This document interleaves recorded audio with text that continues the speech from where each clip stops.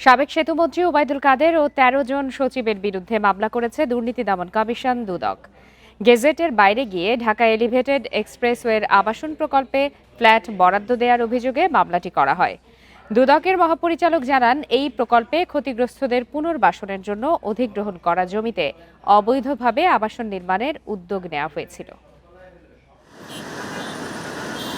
Dhaka elevated expressway প্রকল্পে ক্ষতিগ্রস্তদের পুনর্বাসনের জন্য ২০১৮ সালে গেজেট অনুযায়ী ৪০০ একর জমি অধিগ্রহণ করে সড়ক পরিবহন ও সেতু মন্ত্রণালয়।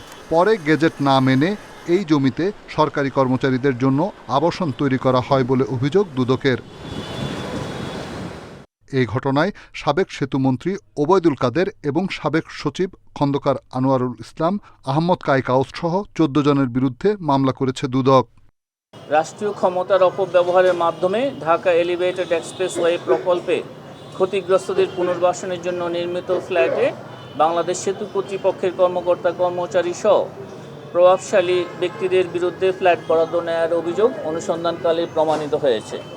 এই কারণে অভিযোগের সাথে সংশ্লিষ্ট কর্মকর্তাদের বিরুদ্ধে মামলা রুজুর সিদ্ধান্ত গৃহীত হয়েছে।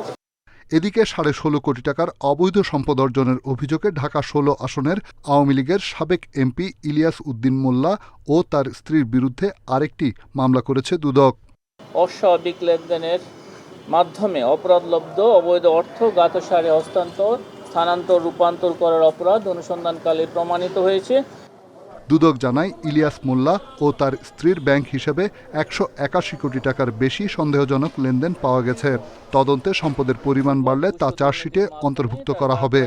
সাথে অসঙ্গতিপূর্ণ রিশাদ হুদা, ইন্ডিপেন্ডেন্ট নিউজ, ঢাকা।